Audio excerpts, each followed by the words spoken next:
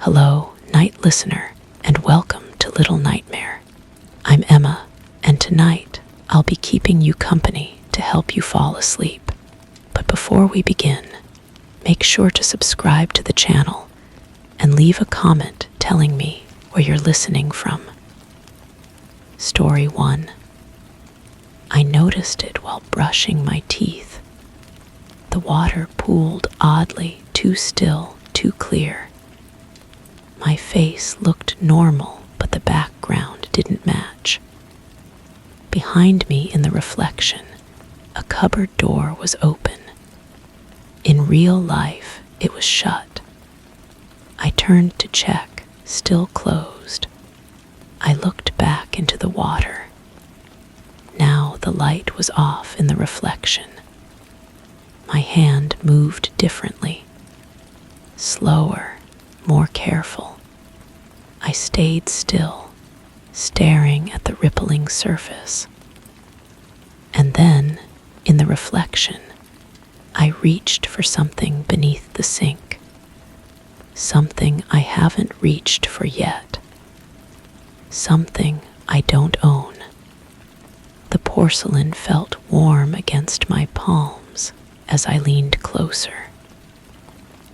The water held its shape like liquid glass, refusing to drain despite the open faucet. My reflection stared back with eyes that seemed to know something I didn't. The bathroom around me hummed with the familiar sound of old pipes, but underneath that mechanical rhythm, I caught something else. A whisper. Not quite human, not quite static. It came from the direction of the mirror above the sink. But when I looked up, only my own confused expression stared back. I dried my hands on the towel, the fabric rougher than I remembered. The threads caught against my skin like tiny hooks, and when I pulled away, thin red lines appeared across my knuckles. The towel looked the same, blue, worn, hanging exactly where I'd left it. But my hands knew something had changed. They trembled slightly as I reached for the faucet handle, turning it until the water stopped flowing. The silence that followed felt heavy, expectant. The reflection in the standing water remained perfectly still. My face, my shoulders, the bathroom behind me, all frozen in that liquid mirror. But my actual body cast no shadow on the wall.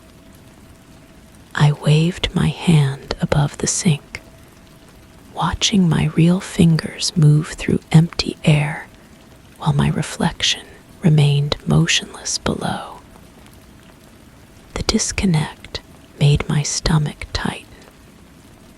I needed to document this, understand it, control it somehow. I retrieved my phone from the bedroom, fingers fumbling with the camera app. The screen flickered as I held it over the sink, the image distorting into bands of color that hurt to look at directly. Through the digital static, I could see my reflection in the water, but it was doing something different now. Writing. Its hand moved across something I couldn't see, creating words that appeared to float just beneath the surface. The letters were backwards, mirror script that my eyes couldn't quite process. My throat felt dry. I swallowed hard, the sound echoing strangely in the small space. The air had grown thick, carrying a scent I couldn't identify, something between vanilla and copper, sweet but metallic. It seemed to emanate from the drain itself, rising with each breath I took. The smell made my teeth ache, as if I were biting down on foil. I touched the edge of the sink again, and the porcelain pulsed. Not visibly, but I felt it through my fingertips, a rhythmic thrum that matched the beating in my chest. The water rippled once, and my reflection looked up at me with an expression I didn't recognize. It was my face, but the features held a knowledge that felt foreign.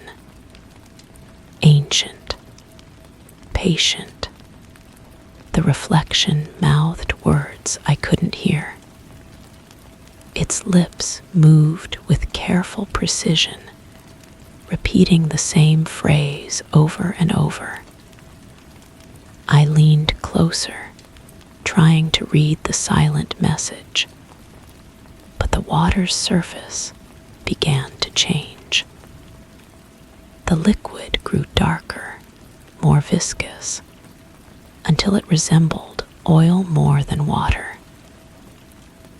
My reflection became clearer in the black surface, hyper-detailed in ways that made my actual skin feel insufficient.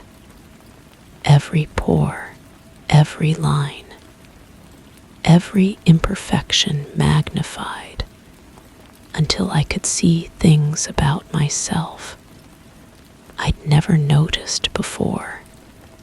Small scars that shouldn't exist, freckles in patterns that seemed deliberate, eyes that held flecks of color I'd never seen in any mirror. This version of me was more real than the original, more complete. It smiled, and I felt my own lips curve upward involuntarily. The connection was immediate and unwelcome. Whatever was looking back at me through that dark surface was learning to be me, and doing it better than I ever had. I tried to step away from the sink, but my legs wouldn't respond. My feet remained planted on the cold tile floor, toes curling against the grouted lines. The reflection gestured for me to come closer, and despite every instinct screaming against it, I found myself leaning forward. The black water rose to meet me, its surface tension breaking as my forehead touched the liquid. The contact was electric. Images flooded my mind, scenes of myself in this same bathroom, but wrong, older, younger, wearing clothes I didn't own, performing actions I'd never taken. In one flash, I saw myself reaching beneath the sink, exactly as the reflection had shown me earlier. My hand closed around something cold and heavy, something that felt important, but looked like nothing I'd ever seen before. The visions came faster now, overlapping and contradictory. I watched myself brush my teeth with a toothbrush that changed color mid-stroke. I saw myself staring into mirrors that showed different rooms, different lives, different versions of who I might have been. In every image, the water in the sink remained perfectly still, perfectly black, perfectly aware. I jerked my head back, gasping. The bathroom spun around me, the walls seeming to breathe with each rotation. My reflection in the black water smiled wider, its teeth too white, too numerous. It reached up toward me with both hands, fingers stretching beyond the surface of the liquid. I could feel them against my face, cold and wet and impossibly real. The touch anchored me to something I couldn't name, a purpose, an inevitability. I understood now why the reflection had shown me reaching beneath the sink, not as a prediction, but as an instruction, a necessity. My hand moved of its own accord, fingers trailing along the cabinet door until I found the handle. The wood was warm, almost feverish against my palm. Inside, past the usual clutter of cleaning supplies and spare towels, something waited. It felt metallic, cylindrical, heavier than its size suggested. I lifted it carefully, though I had no memory of placing it there. The object hummed with potential energy, vibrating against my skin like a tuning fork. Its surface was smooth, except for a series of small indentations that perfectly matched my fingerprints. I held it up to the light, trying to understand its purpose, but the bathroom fixture began to flicker. The bulb dimmed and brightened in a pattern that seemed almost like Morse code. The black water in the sink responded to each pulse, rippling in complex geometries that hurt to observe directly. My reflection had vanished, leaving only the dark liquid and its impossible depths. The object in my hand grew warmer, its vibration intensifying until I could feel it in my bones. I knew with certainty that bypassed rational thought that this was what everything had been leading toward. The strange reflection, the impossible water, the gradual dissolution of normal reality. All of it had been preparation for this moment, for this choice, for this action I couldn't quite comprehend, but felt compelled to complete. I looked down at the black water one final time. The surface showed nothing now but darkness, an absence so complete it seemed to pull at my vision. But I could feel something watching from within that void, something that had been waiting far longer than I'd been alive, something that knew exactly what the object in my hand was meant to do. My fingers found the indentations again, pressing into them with practiced ease. The device responded immediately, its surface becoming almost too hot to hold. The water began to bubble, though no heat source was visible. Steam rose from the sink, carrying that same vanilla copper scent, but stronger now, overwhelming. I breathed it in and felt my thoughts slow, my vision narrow, my sense of self begin to fragment. The last thing I remember clearly is the sound of the drain opening, though I never touched it. The black water swirled downward in a spiral that seemed to extend far deeper than any plumbing should allow.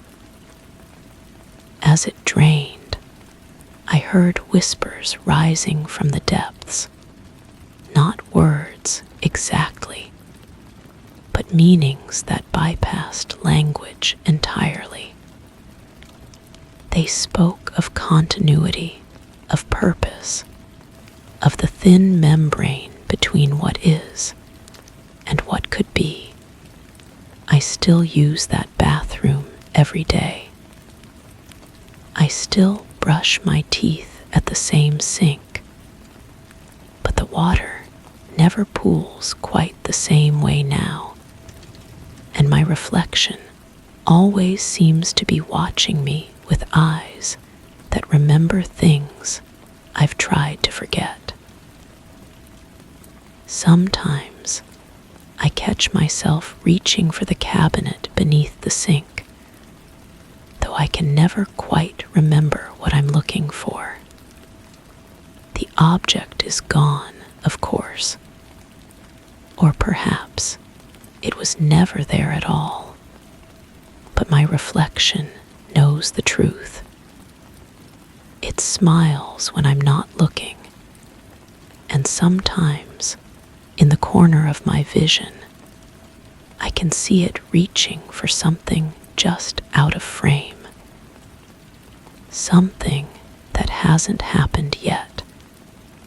Something that might never happen.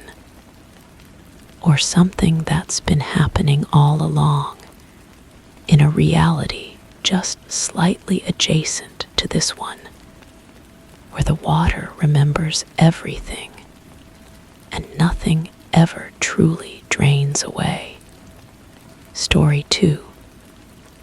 They're not cracked, not warped. They breathe. I started noticing it at night, shadows shifting along the plaster, not from outside, but from within. Soft pulses that make the paint flex outward, like lungs expanding beneath layers of drywall. I pressed my hand to the wall once. It was warm, too warm. The kind of warmth the skin has after a long fever. I stayed up and watched. Just once, near the floor, I saw the wall curve inward, as if something had leaned against it from the other side. I haven't leaned back since. The breathing started subtle. A slight shift in the corner of my vision during those quiet hours before dawn. At first, I blamed fatigue, the mind playing tricks after long days and restless nights. But fatigue doesn't explain the temperature changes. It doesn't explain why the thermometer reads normal, while my skin registers fever heat radiating from seemingly solid surfaces. I began documenting everything. A notebook filled with sketches of wall curvatures, measurements of temperature variations, timestamps of when the breathing seemed strongest. The pattern emerged slowly. The walls expanded most during the deepest part of the night, when the house settled into its most profound silence. Not random movements, but rhythmic, deliberate. Like something vast was sleeping behind the plaster, its chest rising and falling with ancient breath.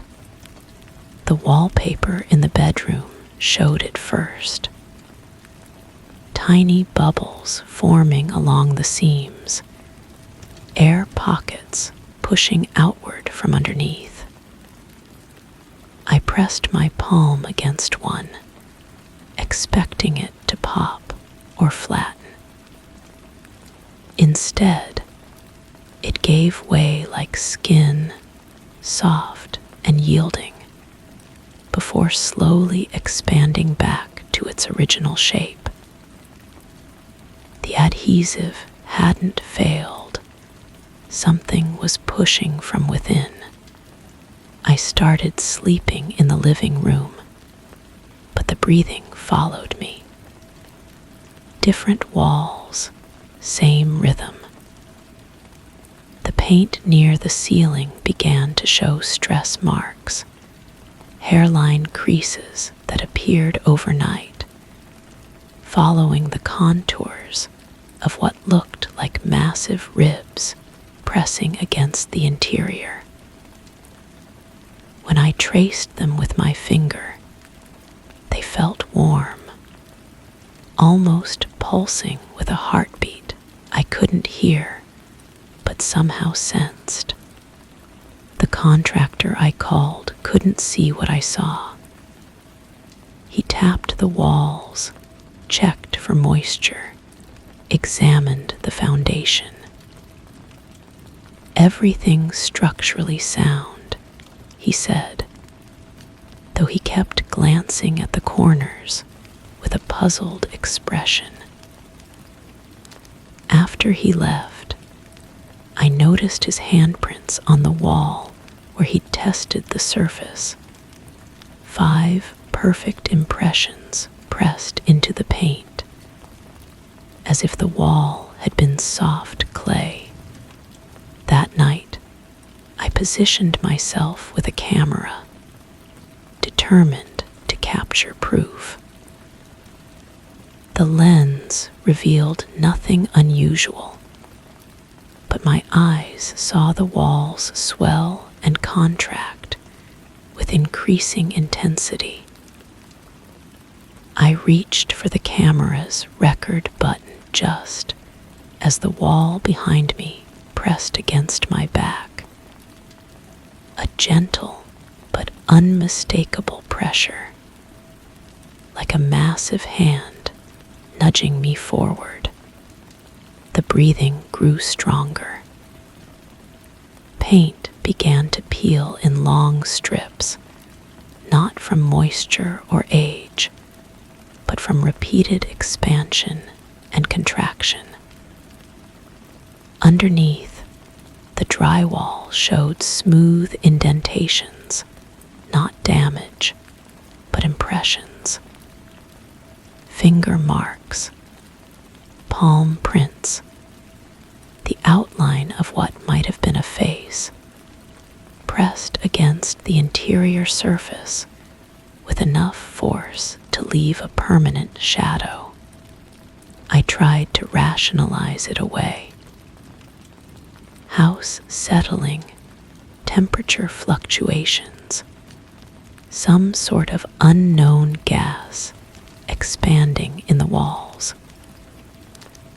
But rationalization crumbled when I found myself talking to the walls, whispering questions into the plaster, feeling foolish until I noticed the breathing patterns change in response to my voice.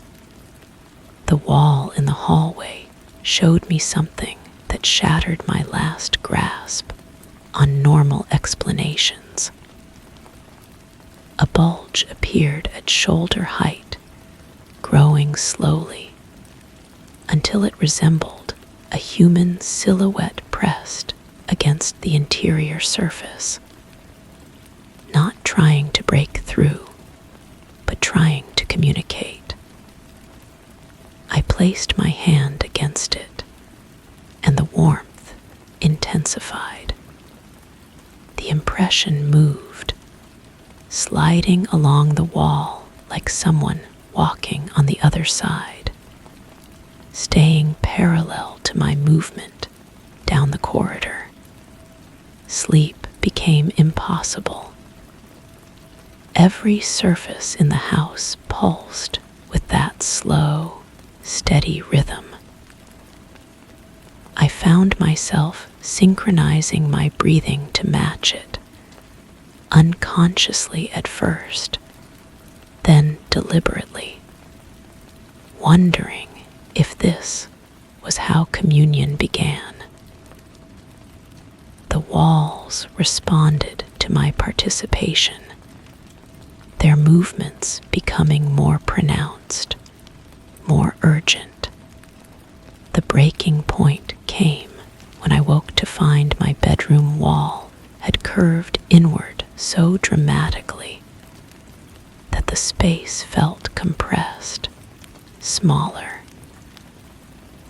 The impression of a face was clearly visible now, features defined enough to suggest closed eyes, parted lips. I approached it slowly, my heart hammering as I realized the lips seemed to be moving in silent speech. I leaned closer, trying to read the wordless message, when the wall suddenly pressed outward with violent force. The face emerged partially, not breaking through, but pushing the paint and plaster into three-dimensional relief. For a moment, I saw the suggestion of actual features: the curve of a cheekbone, the hollow of an eye socket, the bridge of a nose. I stumbled backward, gasping, as the wall slowly returned to its normal position. But the impression remained, a permanent bas-relief of a human face embedded in my bedroom wall. Eyes closed as if in peaceful sleep. I haven't slept in the house since. I've tried hotels, friends' couches, even my car. But the breathing follows me. Not the walls themselves, but the sensation of them. I'll be sitting in a restaurant and feel the wall behind me pulse. I'll be walking down a street and sense the buildings around me expanding and contracting with that familiar rhythm. The face in my bedroom wall has begun to change. When I return to check on the house, the features are slightly different. The mouth curved in what might be a smile, the eyes seeming to track my movement even though they remain closed. The temperature around it has dropped to normal, but the rest of the house continues to breathe. I've started to understand that I was never observing something foreign invading my space. I was witnessing something that had always been there, something that had been holding its breath for years, waiting for someone to notice. Now that I've seen it, acknowledged it, it no longer needs to hide. The walls in my house breathe freely now, and I suspect they always will. The question that haunts me isn't what lives behind the plaster, but how many other houses are holding their breath, waiting for someone to notice the gentle bulging, the warm touch, the rhythm that matches a heartbeat just slightly out of sync with human life. Sometimes I wonder if the walls were trying to warn me about something else entirely. Something that requires buildings to breathe, to prepare, to accommodate. But every time I consider returning to find out, I remember the face in the wall and the way it seemed to smile when I finally noticed it was there. The breathing continues, and I carry it with me wherever I go. A rhythm that has become part of my own heartbeat. The walls know I'm listening now, and they've decided never to be silent again. Story 3.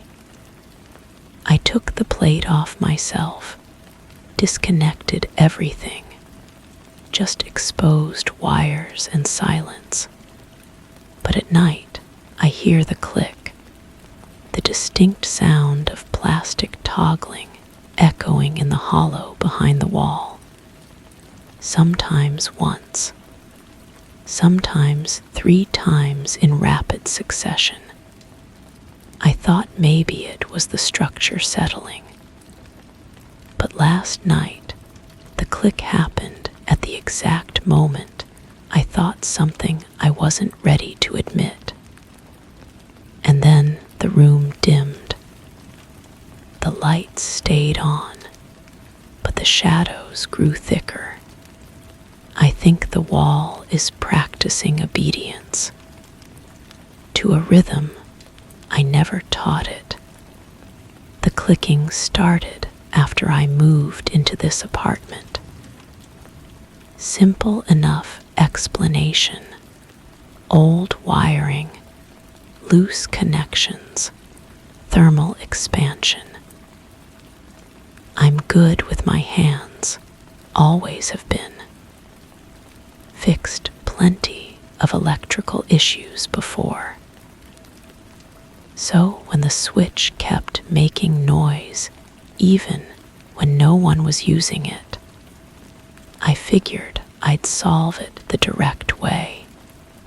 The first night after I removed the switch entirely, I lay in bed listening to rain against the window. That's when I heard it. Click, soft but unmistakable, coming from the bare wall where the switch used to be. I got up, pressed my ear against the drywall. Nothing. Just the faint vibration of pipes in the walls, maybe wind in the building's frame. But the sound came again 2 nights later. Click, click, like someone practicing the motion without the mechanism.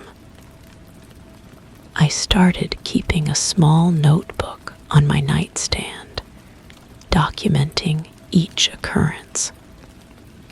The pattern seemed random at first, sometimes quiet for days, then multiple clicks in a single night. Always after I'd settled into bed, always when the room was otherwise silent. I began to notice other things. The scent of burnt plastic would drift through the room, faint but distinct, usually right before the clicking started. Not from any electrical source I could identify. I'd checked every outlet, every fixture. The The smell seemed to seep from the walls themselves, as if the building was remembering something that happened before I arrived. The notebook filled quickly. I started recording not just the clicks, but the context. What I was thinking about when they happened. What I was feeling. A pattern emerged that made my skin crawl. The clicking seemed to respond to my thoughts, particularly the ones I tried to suppress.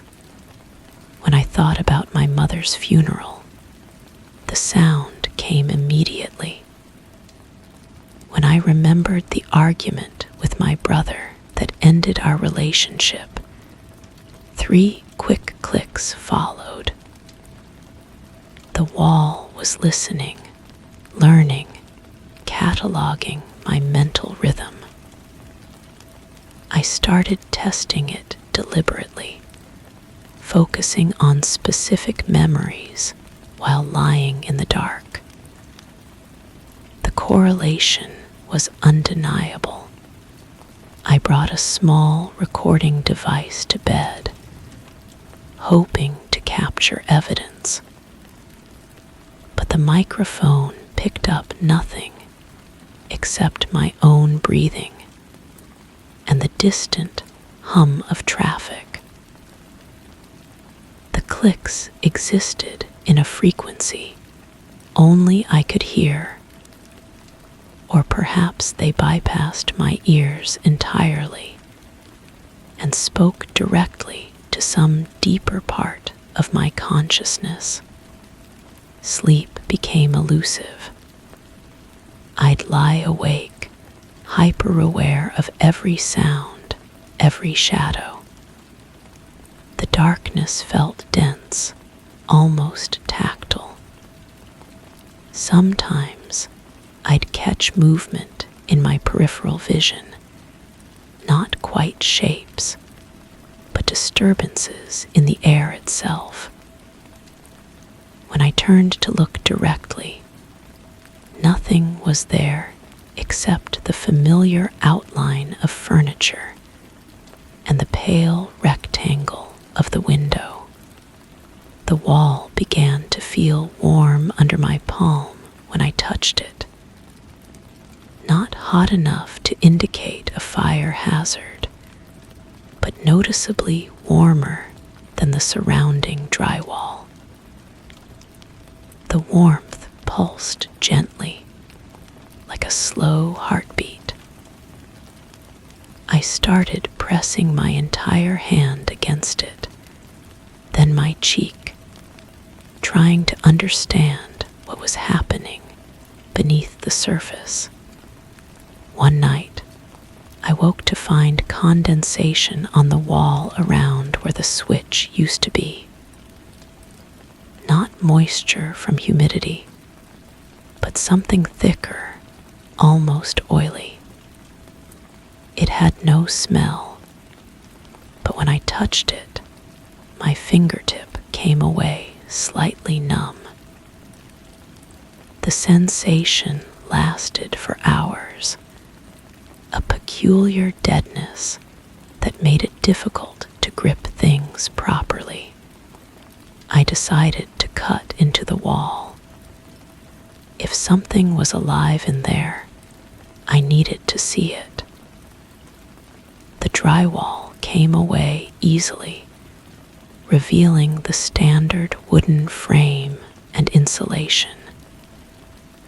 But the insulation was different, darker, more compact, as if it had been compressed by something living inside it. I pulled it out in chunks, examining each piece under a bright lamp. That's when I found them.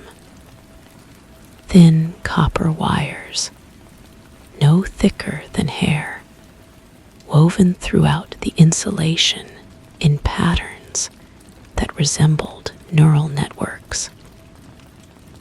They weren't part of the original electrical system, too delicate, too purposeful in their arrangement. They formed intricate spirals and branches, creating a web that extended far beyond the small section of wall I'd opened. The clicking stopped for several days after my discovery. The silence felt wrong, oppressive. I'd grown accustomed to the rhythm, even found a strange comfort in its predictability. Without it, the room felt empty, abandoned. I started to miss the sound, which frightened me more than the clicking itself ever had. Then it returned, but different. Softer now, more hesitant. As if whatever was making the sound was learning caution. The timing changed too, no longer responding to my thoughts, but seeming to anticipate them. The click would come just before I remembered something painful, preparing me for the memory's arrival. I tried to repair the wall, to cover the exposed wires and return things to normal. But the drywall wouldn't stay in place. Each morning, I'd find it had shifted slightly, creating small gaps that revealed the copper network beneath. The wall wanted to be seen, to be acknowledged. The boundaries between my thoughts and the clicking began to blur. I'd find myself thinking in the rhythm of the sound, my internal monologue matching its cadence. When I tried to think without the rhythm, my thoughts felt scattered, incomplete. The wall was teaching me a new language, one I was beginning to understand despite myself. Last night, I pressed my ear against the exposed wires. The clicking came not from the wall, but from inside my own head. The sound had been transmitted through my skull, through my thoughts, until it became part of my neural pattern. I wasn't hearing the wall practice obedience. I was becoming obedient to it. The copper wires pulse with a gentle light now, visible even when the room lights are on. They're growing, extending their network through the walls of the entire apartment. I can feel them reaching toward the neighboring units, connecting to other networks, other minds. The clicking has become a conversation, and I'm no longer the only participant. I still keep the notebook, but now I write in response to the clicking rather than documenting it. The sound tells me what to record, what thoughts to preserve. My handwriting has changed, become more precise, more uniform, as if someone else is guiding my hand. The wall is no longer practicing. It has learned what it needed to know, and now it's teaching me to be what it needs me to become. The clicking continues, but I understand now that it was never really a sound at all. was an invitation. One I accepted the moment I decided to listen. Story 4. My steps should echo. Wood, hollow, but only some do. When I walk with purpose, the floor responds. When I hesitate, it swallows the sound entirely. I dropped a book once. No thud, no vibration, like it fell into fabric. I tested it again, jumping, slamming doors. The silence returned only when I whispered. It's not about volume, it's about certainty. The floor listens to my intent, and when I doubt myself, it rewards me with quiet. Lately, I've started doubting things on purpose. I want to hear what else it's hiding. The apartment came furnished. Landlord said the previous tenant left everything behind. Personal emergency. Had to leave the country. I didn't question it. The rent was reasonable, the location convenient. The hardwood floors gleamed under the overhead lights, stretching seamlessly from room to room. Beautiful grain patterns, rich amber tones, professional installation. But something felt wrong from the first week. I walk differently now, softer, more deliberate. The floorboards beneath my feet seem to anticipate my movements. When I'm confident about where I'm going, they announce each step with a satisfying creak. When uncertainty creeps in, when I pause mid-stride to reconsider my destination, the sound dies. Not fades, dies. Like the wood itself holds its breath. I started documenting the phenomenon. Small notebook, black ink, precise handwriting. Each entry records the correlation between my mental state and the floor's acoustic response. Confident stride to the kitchen for coffee. 12 distinct creaks. Hesitant approach to the bathroom, questioning whether I actually need to go. Complete silence. The pattern holds. Always. The previous tenant left books. Lots of them. Philosophy, psychology, quantum physics. Margins filled with neat annotations in blue ink. One passage underlined multiple times. Observation changes the observed. I found it in a book about consciousness. The handwriting trembled slightly, as if written under stress. Below it, a single word, exactly. I tested the theory systematically, dropping objects while focused versus distracted. Coins produce clear metallic rings when I'm paying attention. When my mind wanders, they land without sound. Even my breathing affects it.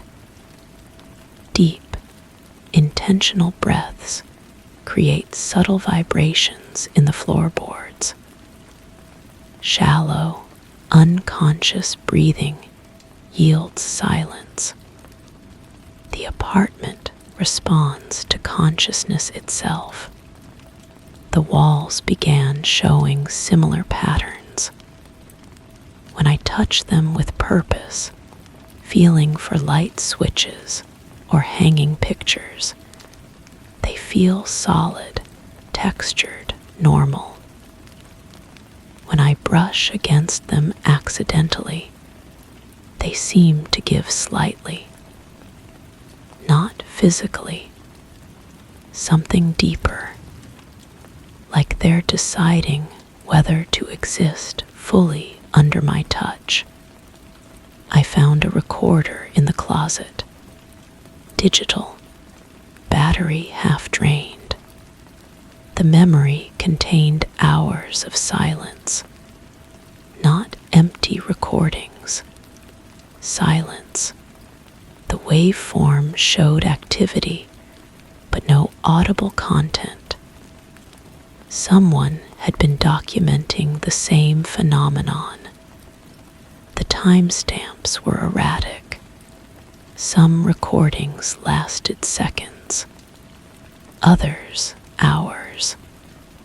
The final entry was just breathing, rapid, panicked, then nothing.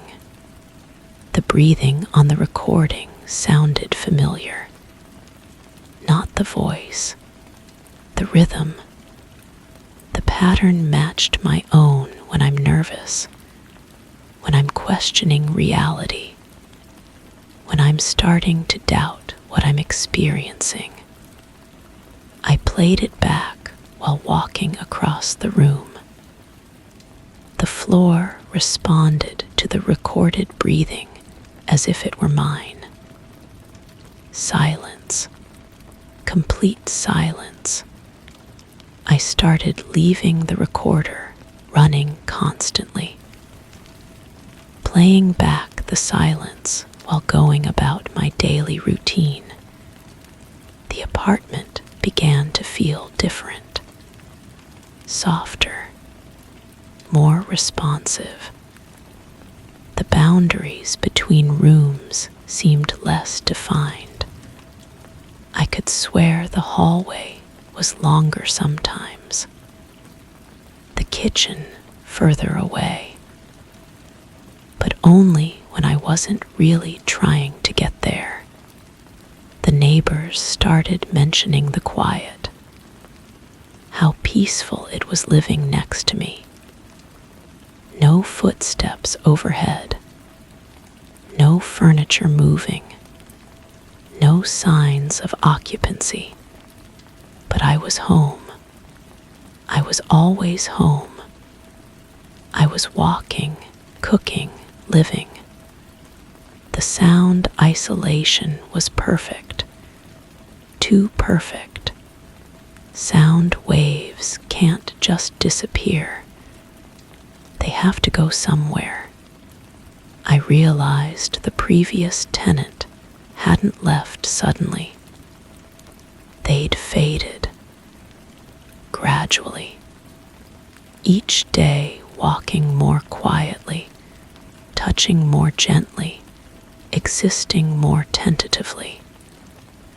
The apartment had trained them to doubt their own presence, to question their impact on the world, until finally they weren't making any impact at all. The floor cushions every sound now, not just footsteps, everything. My voice when I speak without conviction, the rustle of clothes when I move without purpose. The apartment is teaching me to be certain, to be decisive, to never hesitate. But certainty about what? Purpose toward what end? I've stopped trying to leave. Not because I can't, because I'm not sure I want to. The door handle feels warm when I'm determined to go somewhere, cold when I'm just testing. The lock clicks decisively when I'm certain about my destination. remains silent when I'm just curious about the outside world. The recorder is full now. Hours of documented silence, but I can feel the sound building beneath it. All the suppressed echoes, all the cushioned footsteps, all the whispered doubts. The apartment is collecting them, storing them, waiting for something. I walk with perfect confidence now. Every step intentional, every movement purposeful. The floor responds beautifully. Rich, warm sounds that speak of solid construction and honest materials. But sometimes, just sometimes, I catch myself wondering if I'm walking at all, if I'm moving at all, if I'm still here at all. The silence is teaching me something important about presence, about certainty, about the difference between existing and being observed. The previous tenant understood this. They left me their notes, their recordings, their gradual disappearance mapped out in careful detail. I'm continuing their work, documenting the process, recording the silence, learning to walk without sound, to live without echo, to exist without disturbing the world around me. The apartment approves. The floor cushions my steps perfectly now, even when I'm certain, even when I'm purposeful, especially then. Story 5. I know every book I own. I remember the shelves I filled. But lately, there's always one I don't recognize. A thin spine, no title, or a cover with symbols I can't place. I remove it, set it aside, and the next day it's back, sometimes in a new position. Once, I tried reading a page. The words were familiar, but not mine, like memories that belong to someone else, someone who made different choices. Now, I find bookmarks tucked inside, old receipts, drawings, bits of a life I never lived, but that the bookshelf insists I did. The smell hits me first when I walk into the room. Paper and dust, but underneath something else.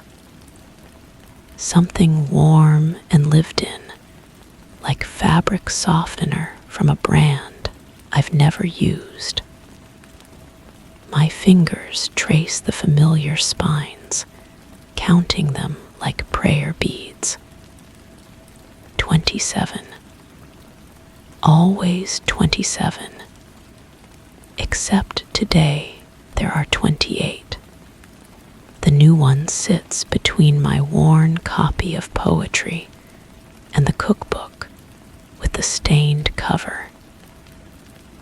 Its binding is deep burgundy, smooth against my fingertips. No title embossed on the spine. No author's name. Just that rich color that seems to absorb the light from the window. I slide it out, feeling its weight. Heavier than it should be for something so slim. The pages smell like vanilla and old coffee. Not the bitter kind I drink, but something sweeter, creamier. The kind someone might sip while reading in a chair I don't own, in a corner where my bookshelf doesn't quite fit. I flip through the pages, finding handwritten notes in the margins. The ink is blue, the handwriting looping and careful. Mine, but not mine. Like looking at your face in a mirror that shows you slightly wrong. I set the book on my desk and return to the shelf.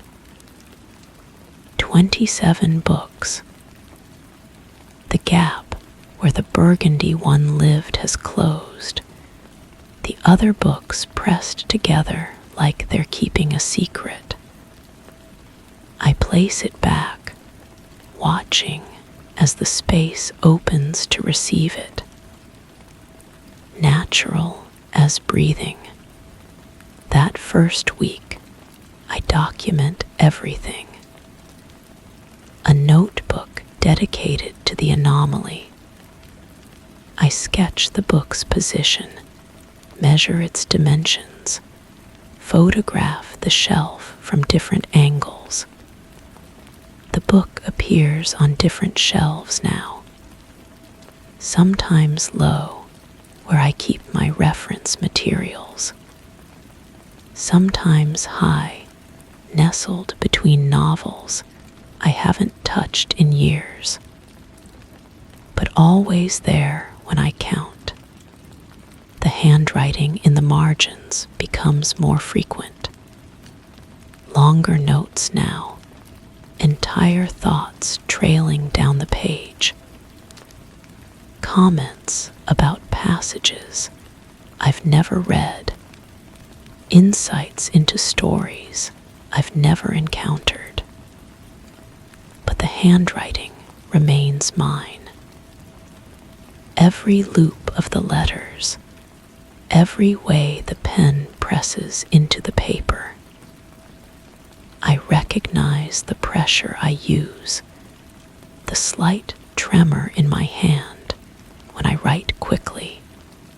I start leaving the book open to different pages, marking where I place it. Testing. The next morning, it's moved 3 pages forward. New notes have appeared. A grocery list on the back of a receipt tucked between pages. Milk, eggs, bread, things I buy. But the receipt is from a store I've never visited, dated for a day I spent entirely at home. The bookmark is a photograph, a Polaroid with that white border, edges soft from handling. It shows a corner of a room I almost recognize, a chair similar to mine, but the wrong color. A plant that looks like the one I killed last spring, but thriving. Green and full in a way mine never was. On the back, someone has written, "Remember this afternoon," in that same careful handwriting. I hold the photo up to the light, studying every detail. The shadows fall wrong. The light comes from a window that should be on the opposite wall, but the room is mine.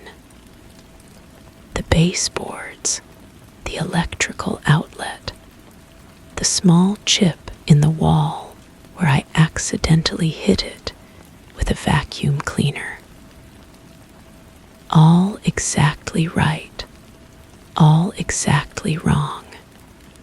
The books around the burgundy one begin to change. Not all at once, but gradually. A bookmark appears in my poetry collection. A receipt for coffee tucked inside the cookbook. each one showing small deviations from my life. Different brands, different choices, different preferences. As if someone else lived in my space, made different decisions with the same hands. I try removing all the bookmarks, all the receipts, all the evidence. I stack them in a box and place it in my closet. The next morning, they're back. Not just back, but multiplied. New ones tucked into books I'm certain I checked. A ticket stub from a movie I never saw. A business card from a place I've never been. All worn smooth from handling, all carrying the scent of that vanilla and coffee. The burgundy book grows thicker. I measure it against my hand, against other books. The same dimensions, but heavier. More pages. The story inside changes too.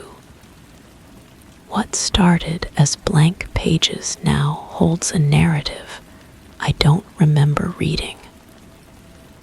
A life that mirrors mine but veers left where I turned right. Makes choices I considered but never made. I read about afternoons spent in different cafes, conversations with people I never met. The handwriting describes tastes I've never experienced, books I've never read, feelings I've never felt, but the emotions are mine. The way the person responds to disappointment, to joy, to the small frustrations of daily life. All mine, but filtered through different circumstances. The photographs multiply. Polaroids and printed photos, digital prints and old film. All showing variations of my life. My apartment with different furniture. My face with different expressions. My hands holding objects I don't own. Touching surfaces I've never felt. Each image is tucked carefully into books throughout the shelf, creating a catalog of alternate possibilities. I start finding my own handwriting in books I know I've never marked. Not the careful script from the burgundy book, but my everyday writing. Shopping lists, random thoughts, phone numbers, all in my hand, all discussing things I've never done.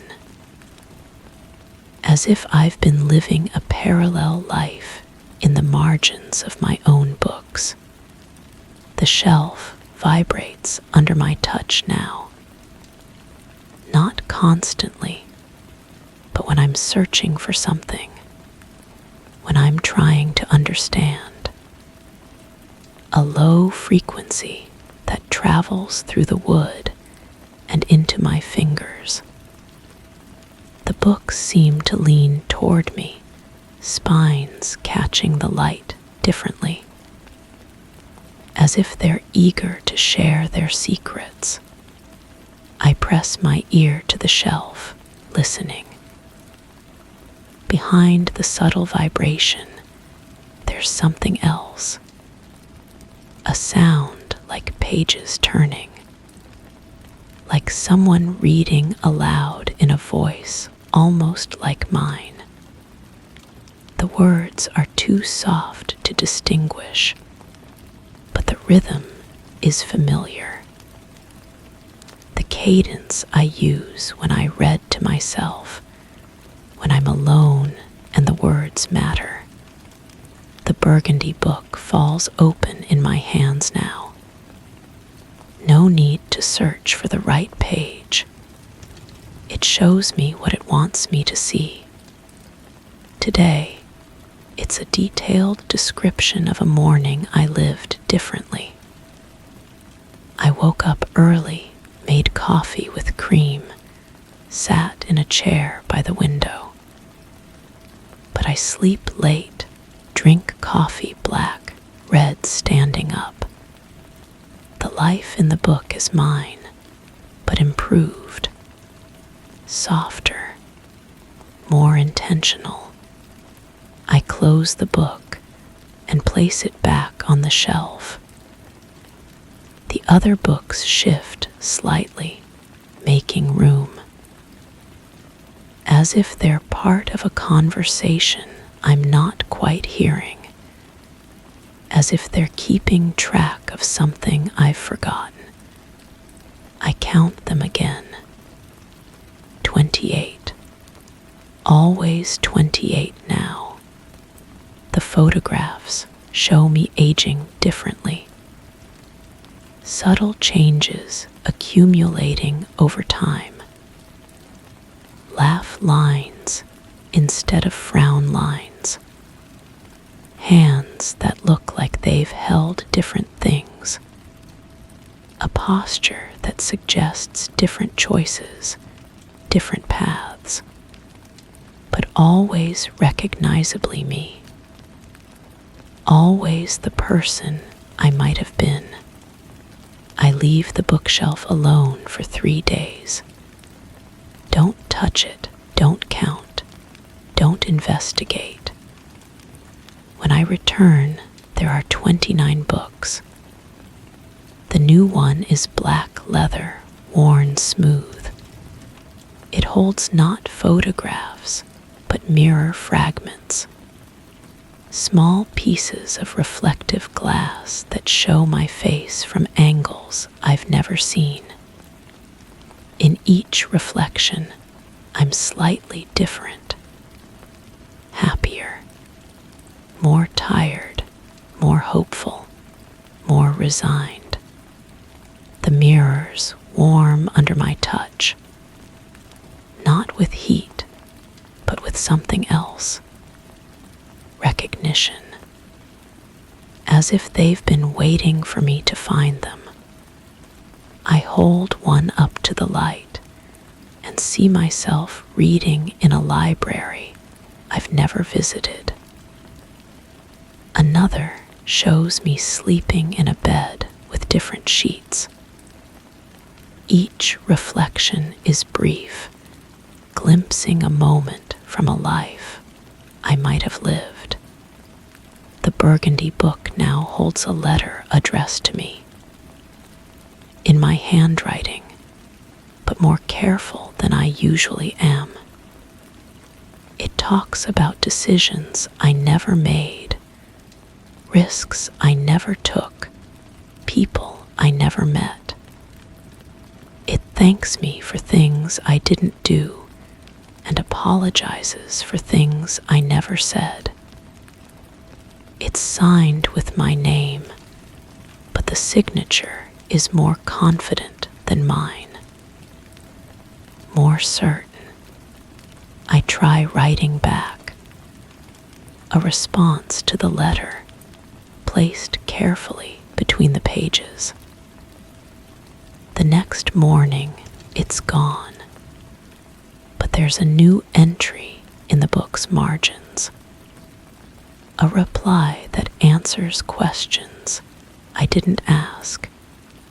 That shows understanding of things I didn't share. The conversation continues without me, using my voice to discuss my life with someone who sounds exactly like me. The shelf feels warm now. Not just the books, but the wood itself. As if it's been sitting in sunlight all day, even though it's in a corner that never gets direct light. I rest my palm against it and feel something like a heartbeat, slow and steady, matching the rhythm of pages turning somewhere behind the wall. I know every book I own. I remember the shelves I filled, but they remember things I don't. And every morning, they're eager to show me what I've forgotten, what I might have been, what I still could be if I knew how to listen to the stories they're telling about the person I almost was. The bookshelf holds titles I didn't buy, but somehow they know me better than the ones I did. Story 6. It started with a bitter smell after arguments. I'd pace the room, and the air would shift, acrid, metallic, like something burning behind the drywall. Then it happened when I said nothing, just felt something ugly. The scent followed, stronger, more specific. I whispered a secret once, facing the corner. The room exhaled a sweetness, sharp like spoiled sugar. The paint on that wall started to peel the next morning. I think the walls are absorbing me through breath, through silence, through the weight of what I refuse to share. And they're starting to show a taste for it. The first thing I noticed was how the apartment smelled different when I was angry. Not the usual mustiness of old wood and settled dust, but something sharper, something that made my teeth ache.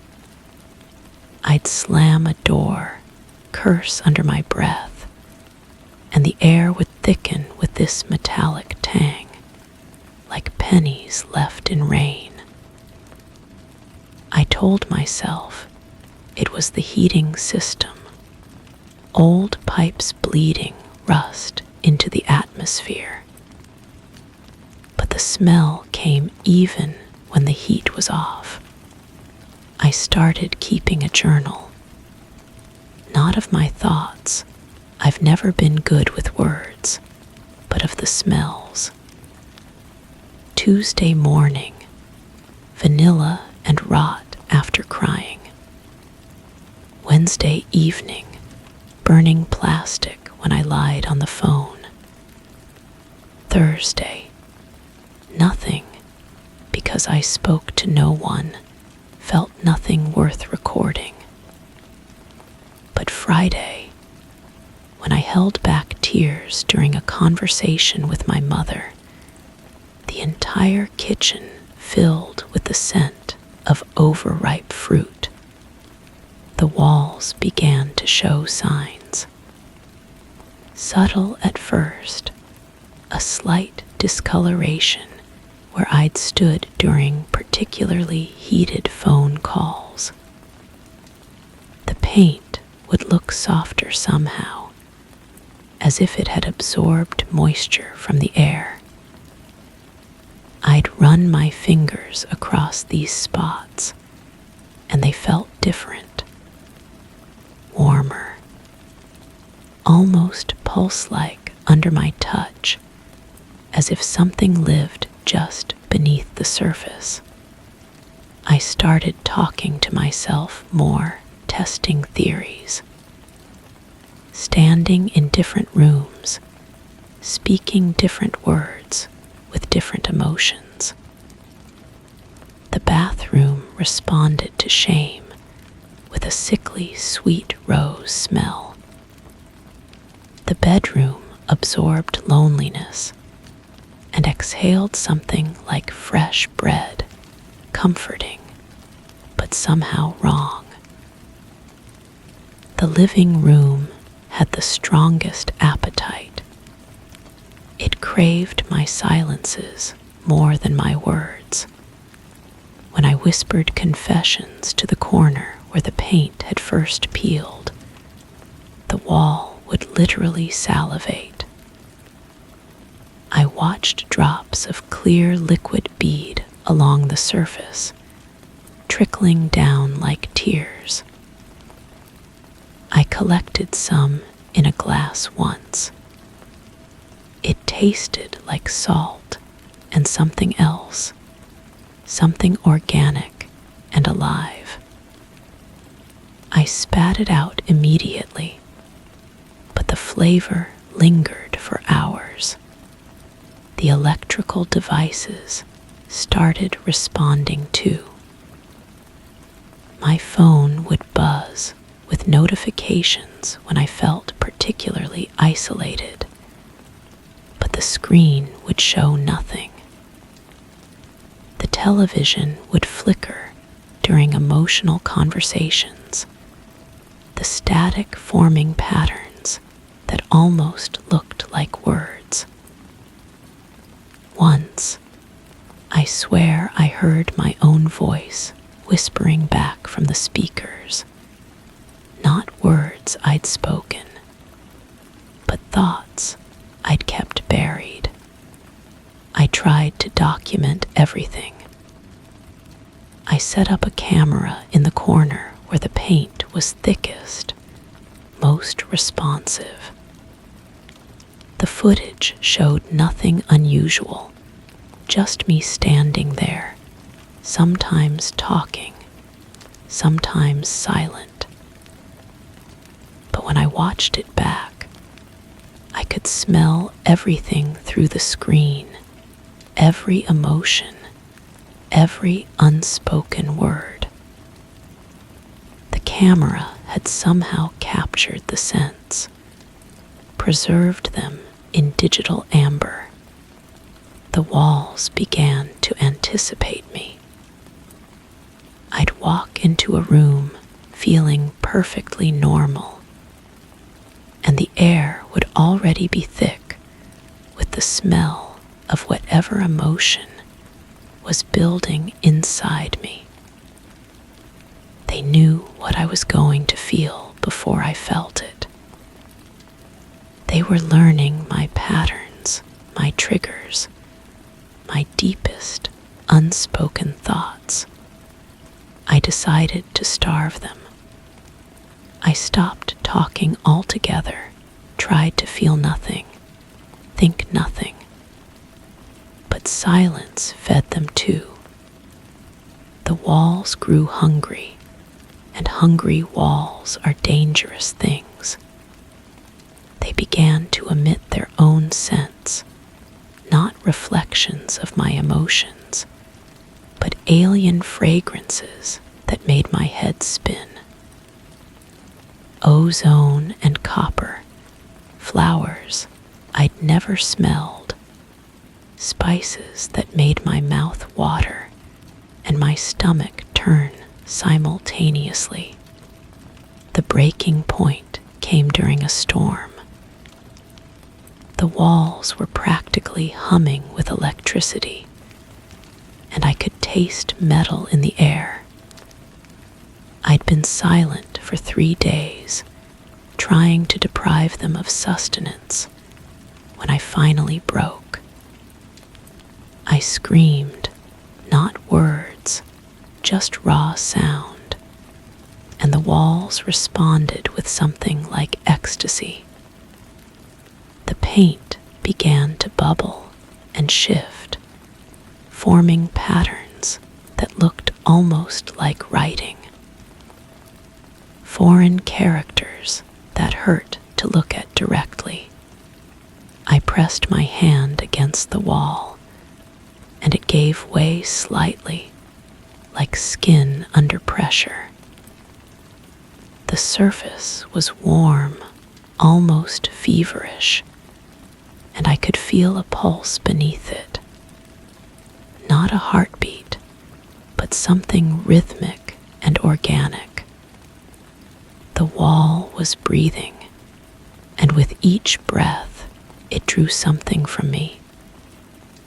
Not air, but something deeper, something essential.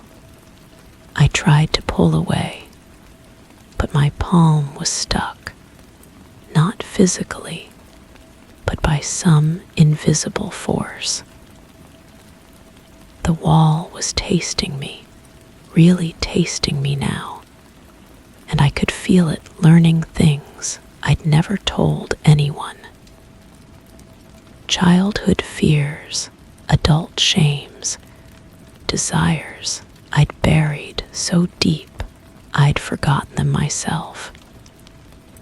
The wall savored each secret, each hidden truth, and I felt myself becoming lighter, emptier. When I finally broke free, my handprint remained on the wall, but not as a mark, as an absence. The paint had formed a perfect negative impression, and within that space, I could see deeper layers. Not just drywall and insulation, but something that moved and shifted like living tissue. I don't live there anymore. I left that same night, taking nothing but the clothes I wore. But the walls follow me in other ways. Every room I enter now has a faint taste to it, a suggestion of hunger. I've learned to speak carefully, to feel carefully, because somewhere in the distance, I can sense walls listening, waiting, learning to taste the words I don't speak. The apartment is still there, still hungry. Sometimes I dream about it, and in those dreams, the walls are covered in handprints, not mine, but others who came before, others who come after. Each print is a story, a life partially consumed, a voice half swallowed by plaster and paint. And sometimes, when I'm alone in new places, I catch myself whispering to corners, testing the air, wondering if these walls might be hungry too. Because the truth is, I miss being tasted. I miss being known so completely, even if it meant being slowly devoured. The walls gave me something no person ever had. They listened to my silence and found it delicious. The handprint I left behind still aches sometimes. Phantom pain from a connection that can't be severed. And in that ache, I know the walls are still there, still learning, still hungry for the words I don't speak. They're waiting for me to return, to feed them again, to let them taste the parts of me I keep hidden from the world. But I won't go back. I can't go back. Because next time, I might not have enough left to leave. Story 7. I caught it by accident, leaned in to check the temperature dial and saw myself slightly distorted. But just before I moved, the reflection moved first. A blink, a twitch at the corner of the mouth. I froze, so did it. I tested it again later. Same result, only in the oven door. Now I avoid looking too long. but it still tries to draw my eye. Once, when I dropped something and bent to pick it up, I caught it smiling at the edge of the stainless steel. Not cruel, not kind, just knowing. The kitchen had always been my sanctuary. The warm glow of under-cabinet lighting, the gentle hum of appliances, the familiar weight of ceramic mugs in my hands. Everything felt predictable, controllable, until the reflection started acting independently. At first, I convinced myself it was fatigue. Working long hours, staring at screens, my eyes playing tricks. But the phenomenon persisted with disturbing consistency. Every surface in the kitchen reflected me normally: the microwave door, the refrigerator handle, even the chrome faucet. Only the oven door showed something else. Something that moved just a fraction of a second before I did. I started documenting it. Small notebook beside the coffee maker, pen always within reach. Each occurrence carefully recorded. The angle of approach, the lighting conditions, what I was doing when it happened. The pattern emerged slowly, like a photograph developing in chemical baths. The reflection appeared most active during routine tasks. Checking on food, adjusting settings, cleaning the glass surface. It seemed to anticipate my movements, as if it knew my habits better than I did. When I reached for the timer dial, it was already reaching. When I leaned closer to peer inside, it was already there, waiting. The wrongness of it settled into my bones like winter cold. I found myself approaching the oven from different angles, trying to catch it off guard. But no matter how I positioned myself, the reflection was always one step ahead.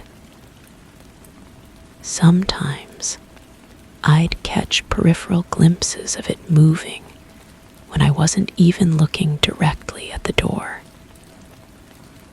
A subtle shift in the kitchen's atmosphere, like someone walking through a room just outside my vision. I started leaving my phone recording while I cooked.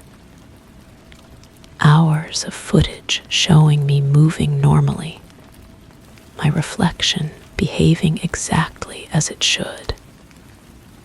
Yet I could swear, watching the playback, that something was still wrong. A hesitation in the movement, a slight delay where there should be perfect synchronization. The camera couldn't capture what my eyes insisted they were seeing. Sleep became elusive.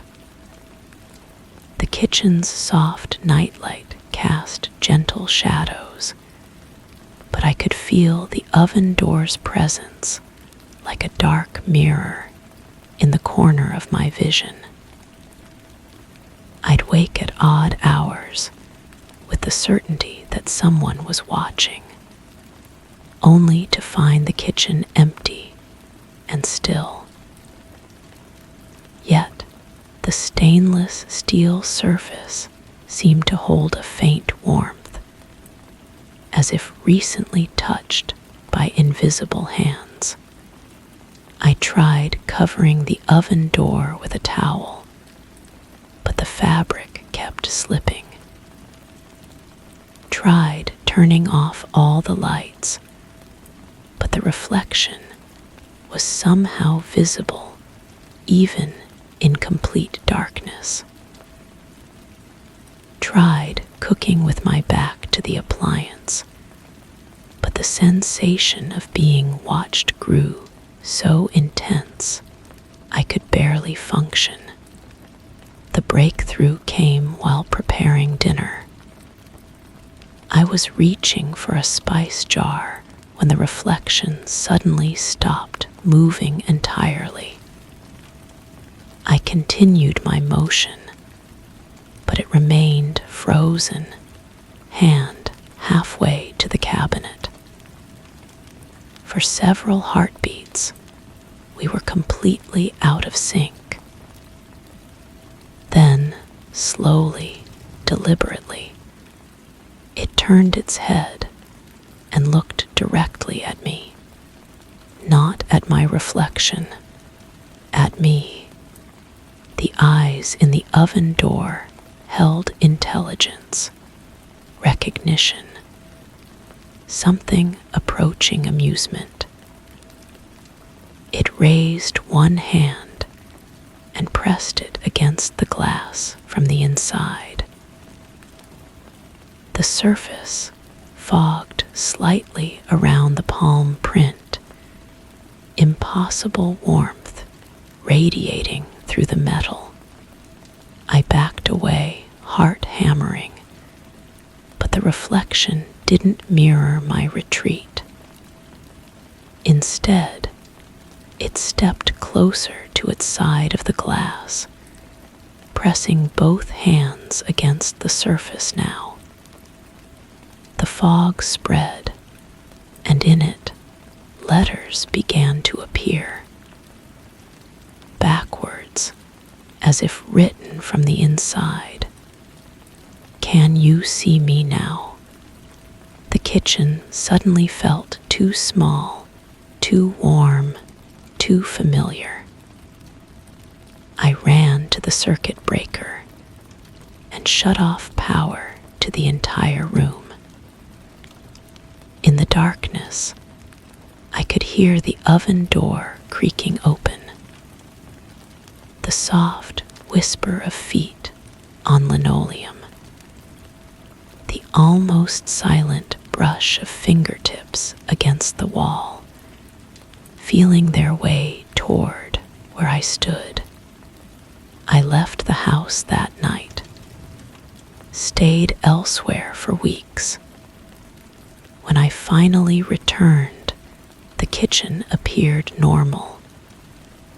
The oven door reflected me properly, no delays, no independent movement. But sometimes, when I'm not paying attention, I catch myself checking, watching, waiting, and sometimes, just at the edge of peripheral vision, I swear I can see it watching back. Patient, knowing, still pressed against the glass from whatever side it occupies now. The handprints have never completely faded from the oven door's surface. They're faint, visible only in certain light, but they're there, warm to the touch, even when the oven has been off for hours. Story 8. I stripped a small patch to repaint. The first layer came off easy. The second didn't. I found something beneath it, like an imprint pressed into the wall itself. Not writing, more like skin. Faint pores, wrinkles, lines that curved like they were meant to move. I covered it fast, but each day a new bubble forms somewhere else, as if the thing beneath is breathing again, pushing against the layers. I've started hearing soft crackling at night, tiny pops of strain. I don't think it wants out for air. I think it wants recognition. The house had been mine for 3 months when I decided to tackle the living room. The walls were layered with decades of paint, each previous owner adding their own coat without proper preparation. The surface felt thick and uneven under my fingers, like touching old scar tissue. I bought a heat gun and scraper, thinking this would be a weekend project. Simple, therapeutic, even. The first section I chose was behind where the couch would go. Hidden, safe to make mistakes. The outer layer peeled away in satisfying strips, revealing a sickly yellow underneath. Then came the white layer beneath that, stubborn and resistant. I worked methodically, feeling the heat soften the paint, watching it bubble and lift. The scraper moved in steady strokes, and I found myself falling into a rhythm that quieted my mind. That's when I saw it. A section where the paint had lifted differently, leaving behind an impression so detailed it made my breath catch. The texture wasn't random peeling or water damage. It was deliberate, organic. I leaned closer, my face inches from the wall, and realized I was looking at what appeared to be the imprint of human skin.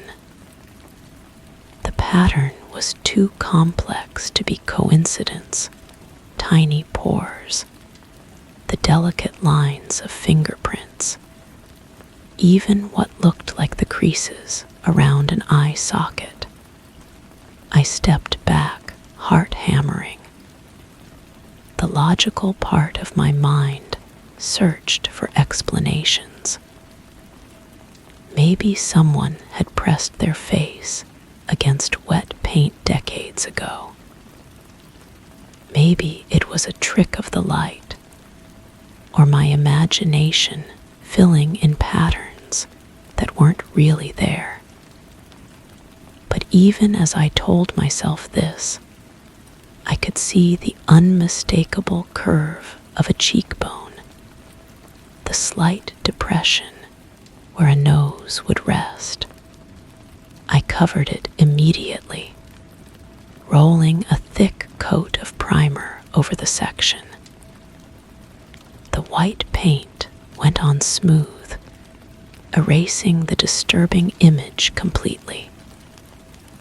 I cleaned up quickly, storing the tools in the garage, and spent the rest of the day avoiding the living room entirely. That night, I convinced myself I had imagined the whole thing. Stress from the move, perhaps. My mind playing tricks. But the next morning, there was a small bubble in the paint directly above where I had been working. Just a tiny blister, barely noticeable unless you knew to look for it. I pressed it gently with my finger, and it felt soft, almost warm. When I pulled my hand away, the bubble had flattened, but I could swear I felt a slight pulse beneath the surface. I started taking photos, not of the obvious spots. I wasn't ready to confront those directly, but of the areas around them. The way the light hit the wall at different angles throughout the day. The subtle variations in texture that became more apparent over time. I created a digital log, documenting each new bubble as it appeared, noting their size, location, and the sound they made when touched, because they did make sounds. Soft, almost imperceptible sighs when pressed, like air escaping from something that had been holding its breath for too long. I recorded these sounds on my phone, playing them back through headphones late at night. In the recordings, I could hear something else beneath the surface noise, a whisper of what might have been words, distorted beyond recognition, but carrying an unmistakable urgency. The crackling started during the second week. At first, I thought it was the house settling, those normal sounds old buildings make as they adjust to temperature changes. But this was different, more deliberate. It came from the walls themselves, tiny pops and creaks that seemed to follow a pattern. I would lie in bed, listening, and the sounds would move from room to room, as if something was exploring the space between the paint layers and the original plaster. I bought a stethoscope online and began conducting what I called wall examinations. Pressing the cold metal disc against different sections, I could hear a faint but steady rhythm. Not quite a heartbeat, but something organic and alive. In some areas, the sound was stronger, more insistent. These were the places where new bubbles would appear within days. The discovery that changed everything happened when I was examining a section near the window.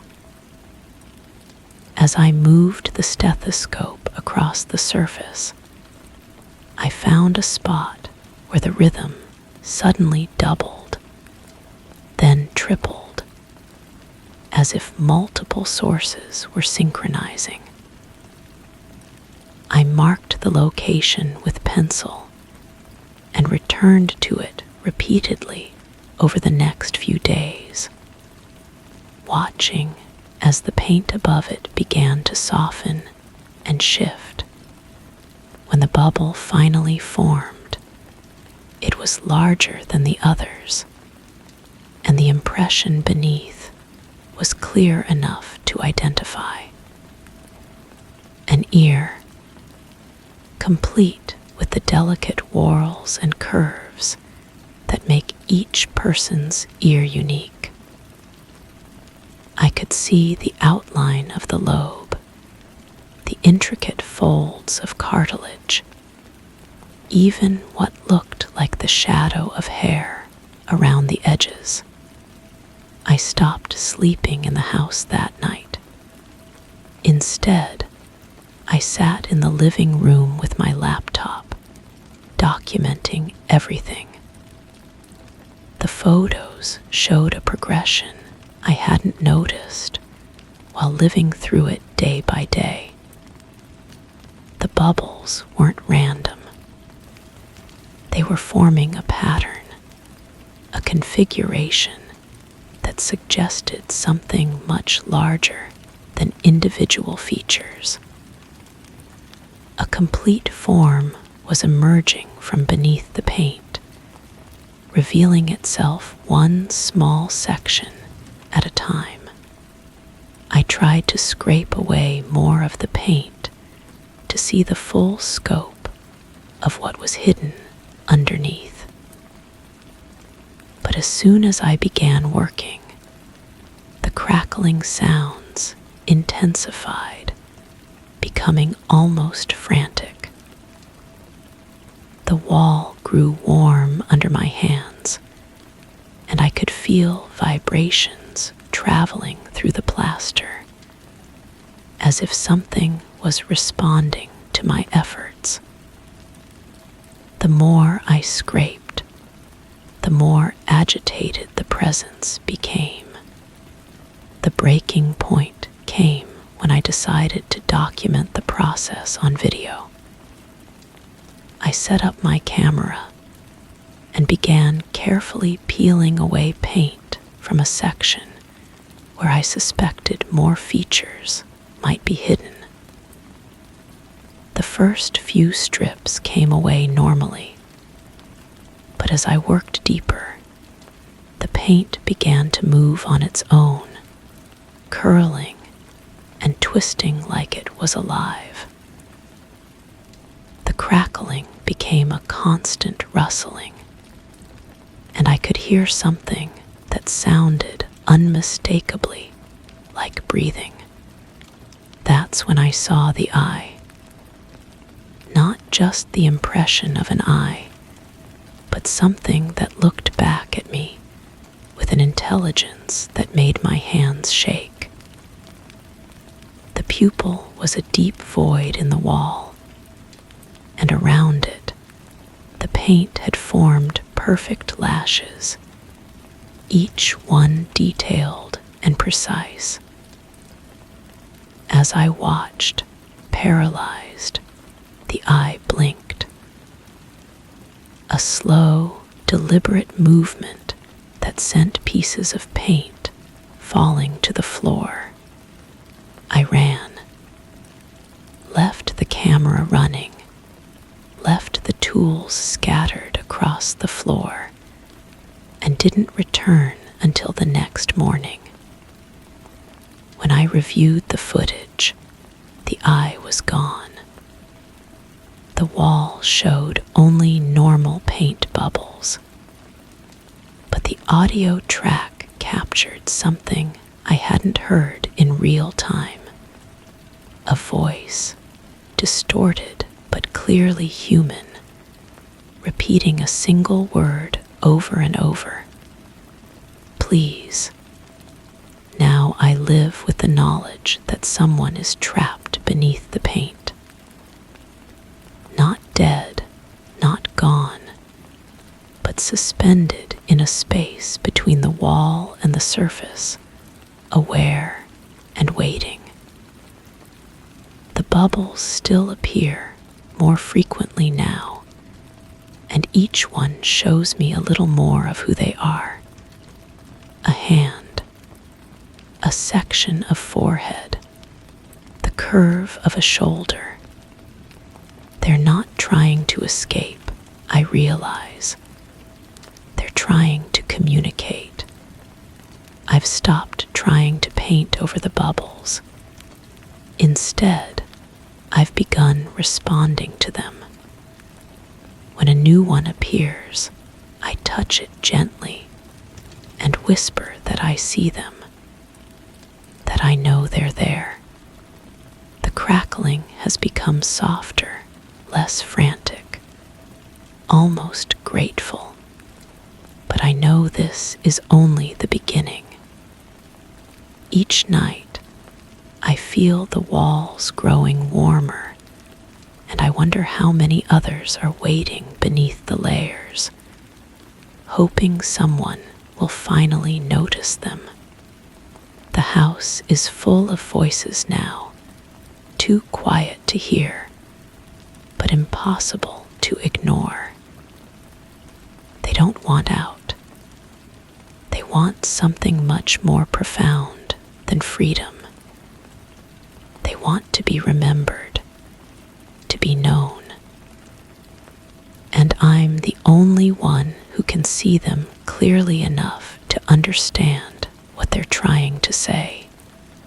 I've started sleeping with my hand against the wall, feeling the gentle pulse of life beneath the surface. Tomorrow, I'll begin documenting the rest of the house. Every room, every wall, every surface that might be hiding someone who needs to be seen. I have a feeling this is going to take much longer than a weekend. Story 9. It's the same material, same padding, same room, but certain spots are always colder around the desk, near the door frame, beside the closet. I tested them barefoot. Then, with a thermometer, it's real. The difference is clear. I mapped it.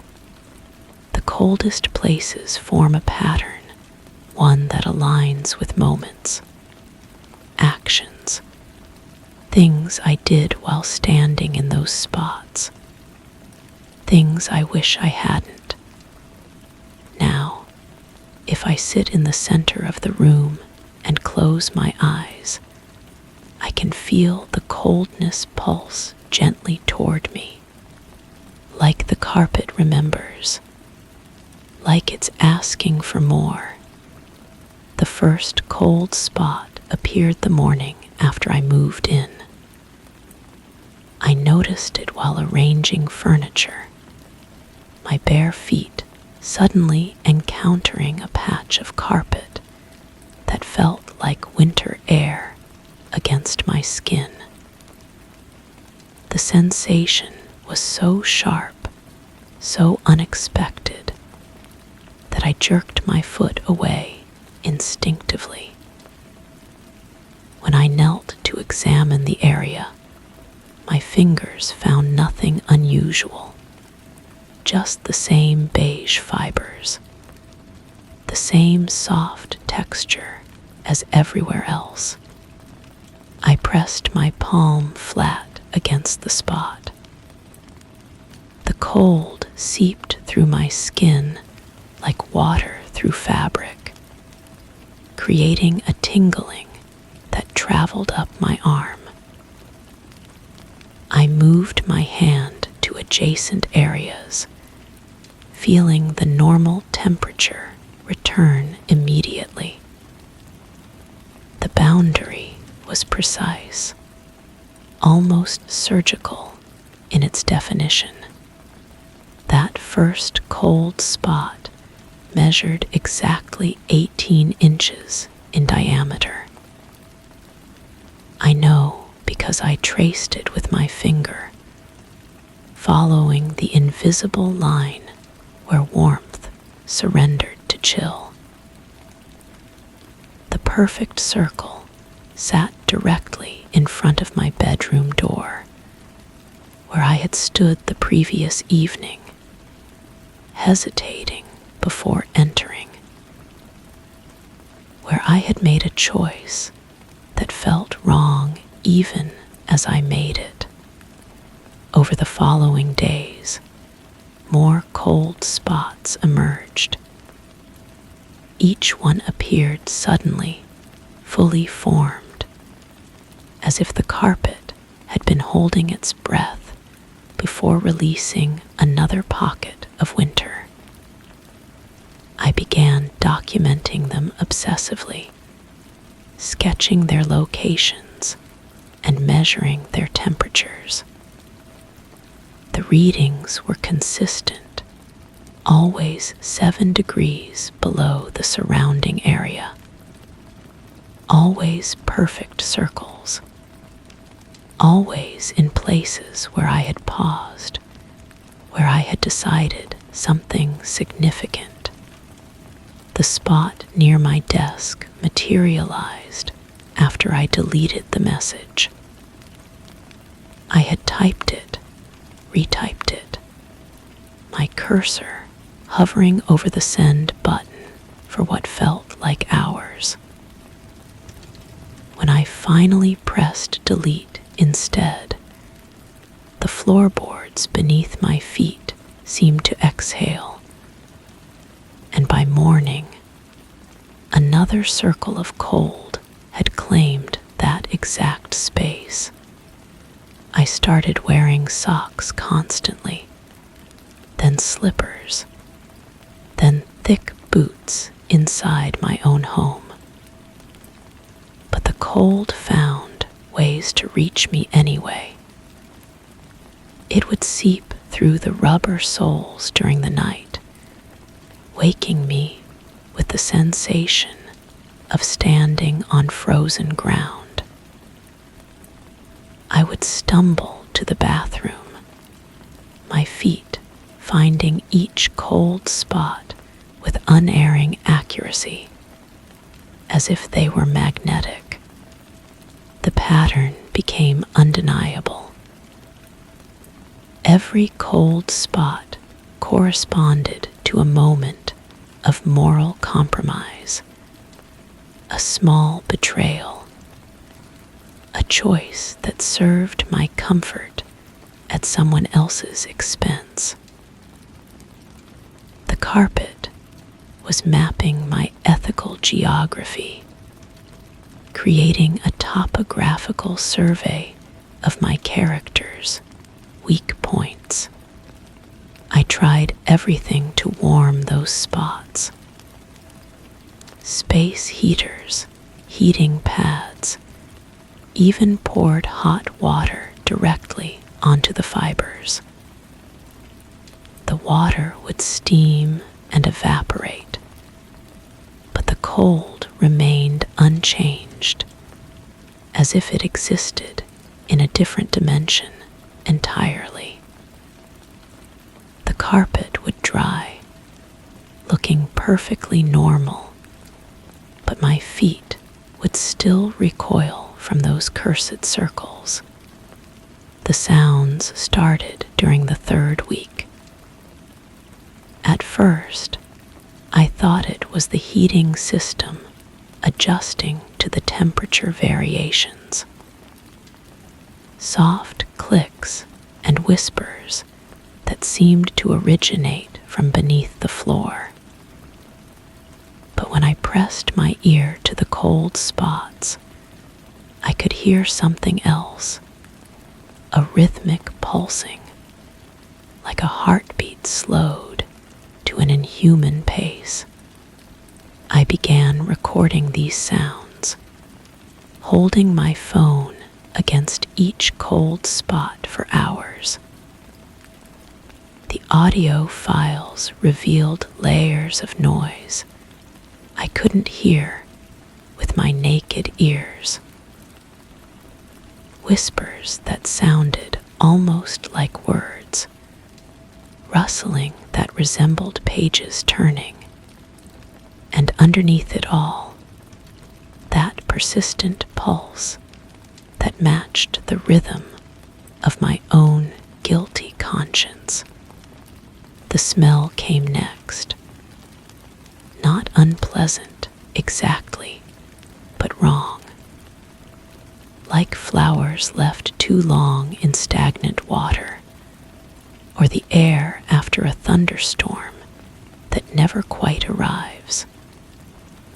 The scent would rise from the cold spots whenever I stood on them, growing stronger with each passing day.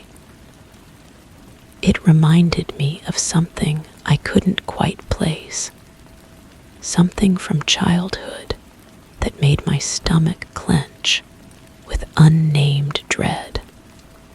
I started avoiding the cold spots entirely, navigating my room like a dancer, performing an elaborate routine. I would leap from the bed to the dresser, step carefully around the documented circles, press myself against the walls to avoid the expanding territories of cold. But the room seemed to shrink with each new spot that appeared, my safe spaces diminishing like islands during high tide. The breakthrough came when I realized the cold spots were growing, not in size, but in intensity. The temperature readings dropped day by day, and I could feel them pulling at me even when I wasn't touching them. The air above each spot began to shimmer slightly, like heat mirages in reverse, and I could see my breath when I leaned too close. I tried to leave the room entirely, to sleep elsewhere, but the cold followed me. Not the physical sensation, that remained anchored to the specific spots, but the awareness of it.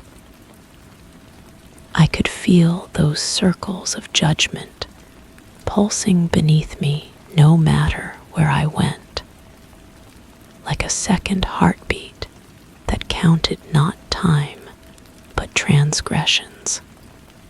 My documentation became frantic. I filled notebooks with measurements, sketches, temperature readings, audio analysis. I photographed the carpet from every angle, searching for visual evidence of the phenomenon. But the camera saw only ordinary fibers, and the thermometer was my only witness to the truth. The cold spots began connecting. Thin lines of chill started threading between the circles, creating a network of cold that resembled a spider's web. When I traced these connections with my finger, I could feel the carpet responding, fibers stiffening, as if recognizing my touch. The lines grew stronger, more defined, until walking across the room felt like navigating a maze of frozen pathways. I realized the pattern was almost complete. The cold spots and their connecting lines formed a shape that I recognized, but couldn't quite name. It felt familiar, like a constellation I had studied but forgotten, or a map to a place I had never been but somehow knew. The carpet began to move, not visibly, but I could feel it shifting beneath my feet, fibers rearranging themselves into new configurations. The cold spots pulsed in unison now, their rhythm synchronizing with something deeper than my heartbeat.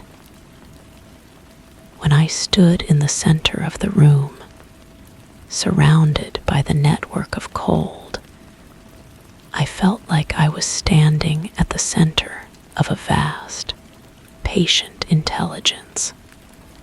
The final cold spot appeared where I'm standing now, writing these words.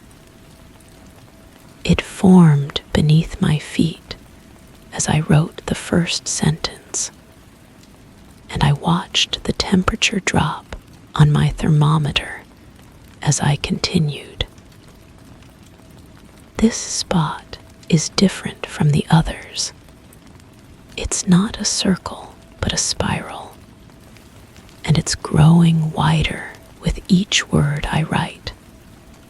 I understand now that the carpet isn't just remembering my actions.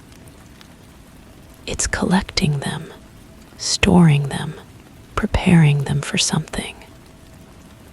The cold spots are not punishments but preparations, and I am not the victim but the offering. The pattern is nearly complete, and when it is, I suspect the carpet will finally reveal what it has been growing toward.